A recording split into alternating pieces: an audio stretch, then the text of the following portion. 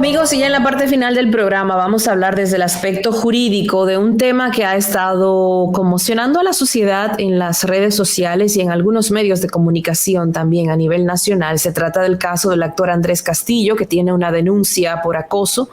La denuncia la interpuso la madre de una jovencita de 14 años que le acusa de intentar sacar a su hija de su residencia a altas horas de la noche para un casting de una película que supuestamente no existe.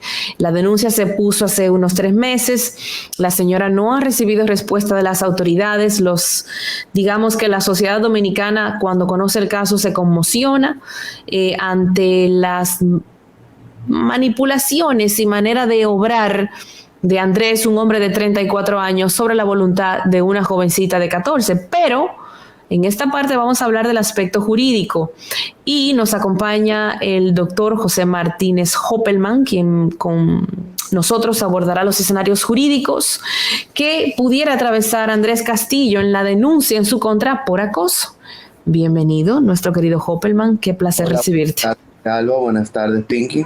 Muy buenas tardes, bienvenido, Hoppelman. Me imagino, José, que has visto el caso en los medios, que has escuchado las grabaciones en donde Andrés Castillo le invita, presiona, si se quiere, también a la chica a que salga de su casa, a que salga sin permiso para un casting de una película que aparentemente no existe. La madre de la chica y la chica, muy bien educada y adiestrada por su familia sobre este tipo de situaciones, reacciona grabándolo. Ponen la denuncia, pero jurídicamente, ¿qué es lo que se puede hacer? ¿Qué es el acoso? ¿Cómo se tipifica? ¿Cuáles son las penas? Porque esta situación jurídicamente, ¿cómo se denomina? Imagínate, si ustedes, que son ya conocedores del derecho, tanto como uno, a través de estos años conversando sobre estos temas, tienen dudas sobre cuál es el tipo penal o la conducta prohibida por el legislador, imagínense ustedes, eso quiere decir que los hechos no son claros. Eso quiere decir que no hay un hecho típico, antijurídico y culpable que podamos identificar claramente como un ilícito penal. ¿Correcto? Entendemos que hay una conducta negativa, socialmente reprochable, pero que no entendemos si hay una conducta definida por el legislador como prohibida, que es lo que nosotros llamamos los tipos penales. Yo no conozco los hechos en su totalidad, conozco lo poco que se ha transmitido a través de un programa de televisión que yo le llamo en cierta parte el tribunal de la televisión, porque a veces se exponen cosas a medias ahí. Y sobre la base de lo expuesto ahí, se han discutido varias opciones.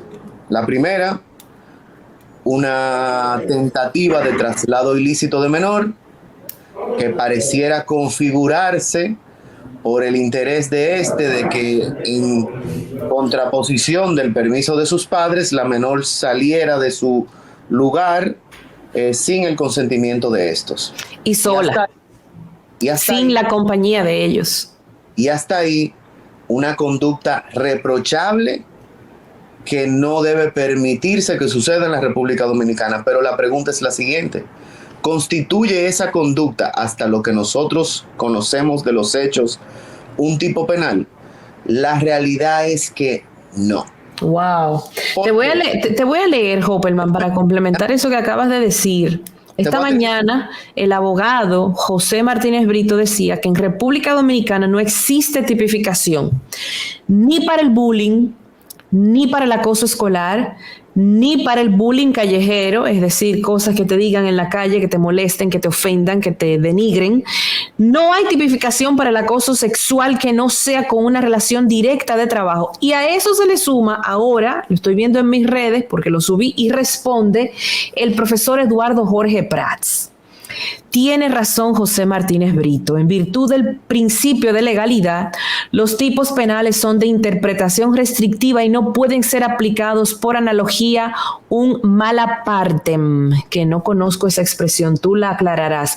Hay que criminalizar todas las manifestaciones del bullying, del acoso y del mobbing. O sea, hay que hacerlo porque no está hecho.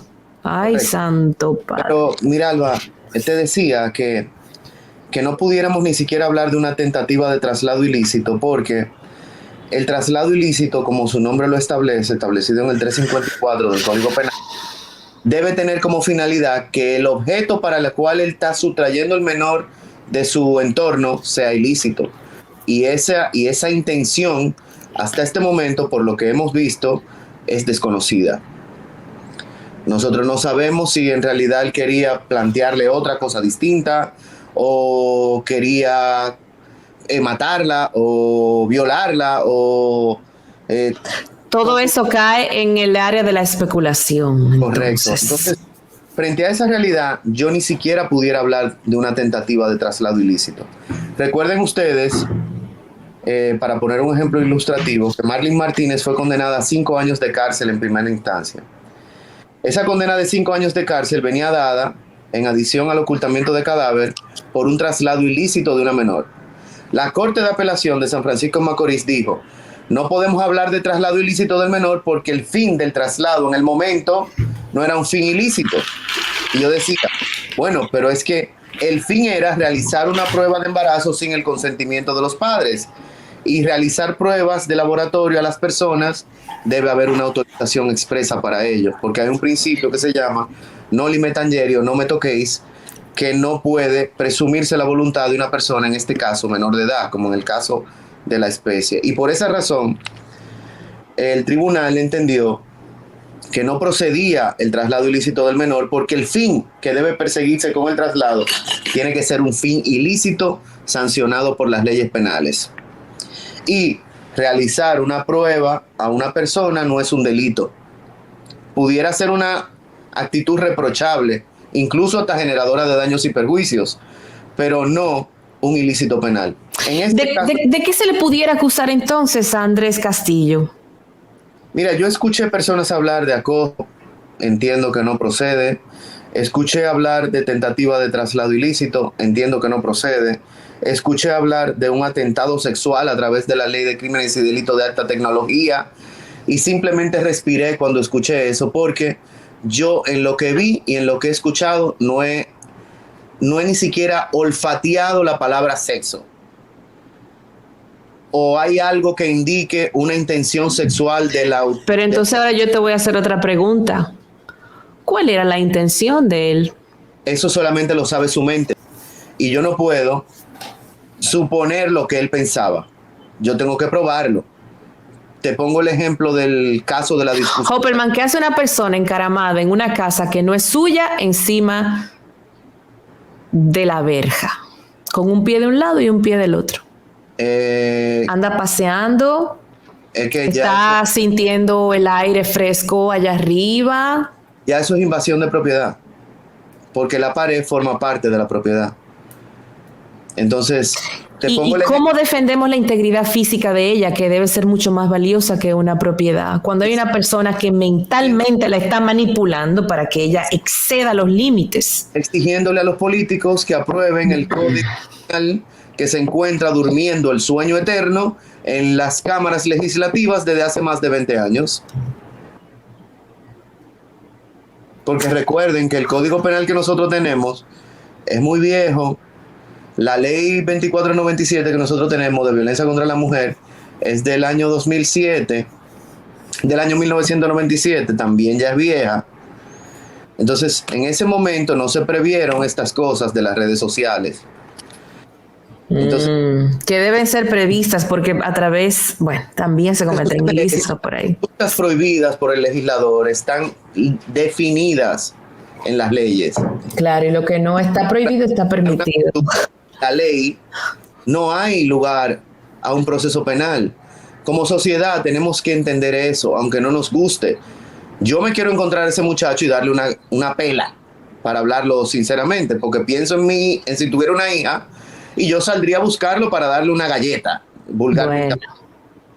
Pero de ahí a querer alar por los pelos una conducta que es reprochable, reitero, para encajarla en un tipo penal y someter a una persona a la acción de la justicia, y no solamente someterlo a la acción de la justicia, sino apresarlo y ponerle una medida de coerción, creo que es un exceso, sobre todo si la ley no lo prevé. Supongamos, perdón, Hoppelman, que aparezcan a raíz de estas publicaciones más chicas que hayan vivido la situación, pero que hayan sufrido algún daño físico. Mira, es que yo no puedo partir del que hayan. Yo no puedo dar una opinión de carácter legal sobre la base de un supuesto. Y si fuera así, porque tampoco estamos asumiendo lo que él puede pensar, vamos a seguir asumiendo entonces. No puedo asumir lo que él pensaba, pero tampoco puedo ni culparlo, ni condenarlo, ni declararlo inocente. Yo tengo que probar esa intención. Yo tengo que buscar un elemento que me diga que lo que él quería con esa niña era violarla, torturarla, matarla. Y que él le incite a hacer lo que hacía a altas horas de la noche sin sus padres y pidiéndole que se fuera a escondidas, no es un elemento probatorio suficiente para decir que lo que él quería no estaba en horarios establecidos de trabajo. ¿Qué era lo que él quería? Que ella saliera de su casa y fuera sola a donde él estaba, sin sus padres, para un trabajo que se supone que por norma general es un trabajo en el que tú vas en horas del día y con un tutor o con tu padre o tu madre. Ok, hablarme. ¿Qué busca una persona violando eso? Ok, pero ¿cuál es el tipo penal que se aplica ahí? No, eso te lo pregunto yo a ti. Tú me estás pidiendo una opinión de carácter legal. Si hay una opinión social que yo voy a dar, yo digo, yo quisiera salir a buscarlo y darle una pela. Ahora, jurídicamente hablando, no hay nada que imputarle. Ahora. Porque no existe esa figura. No hay perjuicio ese señor, eso yo sí estoy de acuerdo.